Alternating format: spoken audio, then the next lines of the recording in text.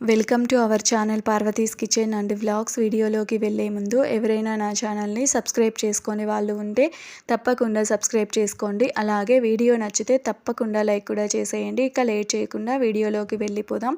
ఈరోజు అయితే నేను పచ్చిమిర్చి ఎగ్గు కారంని ఎలా చేయాలో చూపించబోతున్నాను. పచ్చిమిరపకాయల కోడిగుడ్డు కారము, లేదు అంటే ఎగ్ ఫ్రై అని కూడా అంటారనమాట. ఏదైనా అనొచ్చు. టేస్ట్ అయితే చాలా బాగుంటుంది. ఓన్లీ పచ్చిమిర్చితో చేశాను కదా, అందుకు పచ్చిమిర్చి ఎగ్గు కారం అంటున్నాను.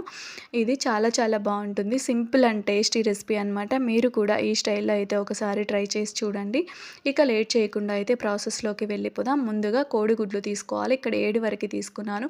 10 నుంచి 12 వరకు పచ్చిమిర్చి, కరివేపాకు, ఉల్లిపాయ, అలాగే సాల్ట్ అనమాట. ఇంకా వేయించేటప్పుడు పసుపు వేస్తే సరిపోతుంది, ఇంకేం అవసరం లేదు. తరువాత పచ్చిమిర్చి అలాగే కరివేపాకును మిక్సీ జార్లో వేసేసుకొని పేస్ట్లా చేసుకోవాలి.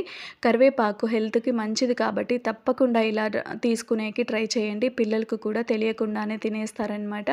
నేను వాళ్ళ కోసమే ఇలా చేస్తూ ఉంటాను. టేస్ట్ కూడా చాలా బాగుంటుంది. తర్వాత అది పేస్ట్లా చేసి పక్కకు పెట్టి స్టవ్ వెలిగించేసి ఒక కడాయి పెట్టేసి అందులోకి ఆయిల్ వేసి హీట్ అయిన తర్వాత ఉల్లిపాయ ముక్కలు ఇందాక చూపించాను కదా, ఆ ఉల్లిపాయల్ని ఇలా సన్నగా తరిగి వేసేసుకోవాలి. కొంచెం కావాలి అనుకుంటే మీరు పొడవుగా సన్నగా అయినా కూడా చేసుకోవచ్చు, అది మీ ఇష్టం అనమాట. నేను మీడియం సైజువి 5 ఉల్లిపాయలు తీసుకున్నాను కదా, 7 కోడిగుడ్లకి. పెద్దవైతే ఒక 3 ఉల్లిపాయలు తీసుకున్నా కూడా సరిపోతుంది. ఆ ఉల్లిపాయలు అటు ఇటు అయినా ఏం పర్లేదు. కొంచెం తర్వాత సాల్ట్ కూడా వేసేసుకోవాలి. సాల్ట్ తగినంత వేసేసుకోండి, సరిపోతుంది. త్వరగా వేగిపోతాయి కదా సాల్ట్ వేయడం వల్ల. ఇవి ఇంకా ట్రాన్స్పరెంట్ అయ్యే వరకు వేగనివ్వాలి. ఈ ఎగ్ ఫ్రైస్ని కూడా చాలా రకాలుగా చేసుకోవచ్చు. నేను మిగతావి కూడా తప్పకుండా అప్లోడ్ చేసేస్తాను. ఇవి కొంచెం ఇలా ట్రాన్స్పరెంట్ అయ్యే వరకు వేగిన తర్వాత ఇందులోకి మనం ఇందాక పేస్ట్ చేసి పెట్టుకున్నాం కదా, ఈ ఉల్లిపాయలు వేగిపోయిన తర్వాత ఈ పచ్చిమిర్చి కరివేపాకు పేస్ట్ని ఇందులోకి వేసేసి వేగనివ్వాలి. పచ్చివాసన పోయే వరకు వేగనివ్వాలి. నేను ఆల్రెడీ పొన్నగంటి ఆకుతో ఎగ్ ఫ్రై చేశానమాట. ఆ లింక్ డిస్క్రిప్షన్లో ఇచ్చేస్తాను. బాయిల్డ్ ఎగ్ ఫ్రైది కూడా తప్పకుండా అయితే చెక్ చేసేయండి.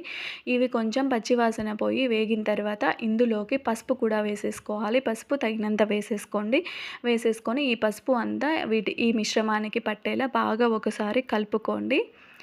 ఇంకా ఇవి కారము అలాగే టొమాటో వేసి కూడా చాలా రకాలుగా చేసుకుంటూ ఉంటారు కదా, నేను అవి కూడా తప్పకుండా అప్లోడ్ చేసేస్తానండి.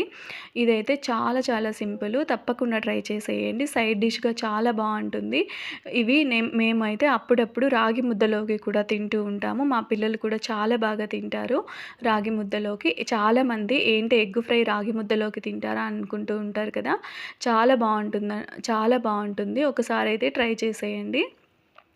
చూస్తున్నారు కదా, అవంతా వేగిన తర్వాత ఇందులోకి నేను ఇక్కడ 6 కోడిగుడ్లు తీసుకున్నాను. ఒకటి పగిలినట్టు అనిపిస్తే పక్కకు పెట్టేశానమాట. ఒకటి పక్కకు ఉంచేసి తర్వాత మిగతా 6 వేసేసి ఫ్రై చేసుకుంటున్నాను. ఇవి జస్ట్ అలా లైట్గా స్ప్రెడ్ చేసేయండి. స్ప్రెడ్ చేసేసి కాసేపు అలా ఉంచేసేయండి. కొంచెం పెద్ద పీసెస్లా ఉంటాయి.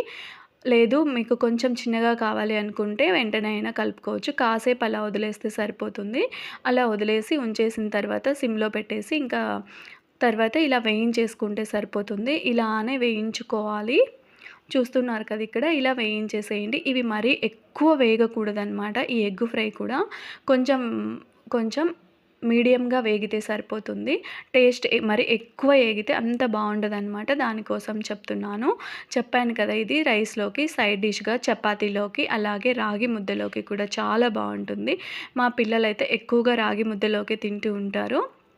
ఇలా కరివేపాకు వేసి చేసి పెట్టేస్తే హెల్త్కి కూడా చాలా మంచిది కాబట్టి నేను పిల్లలకి అప్పుడప్పుడు ఇలా చేస్తూ ఉంటాను.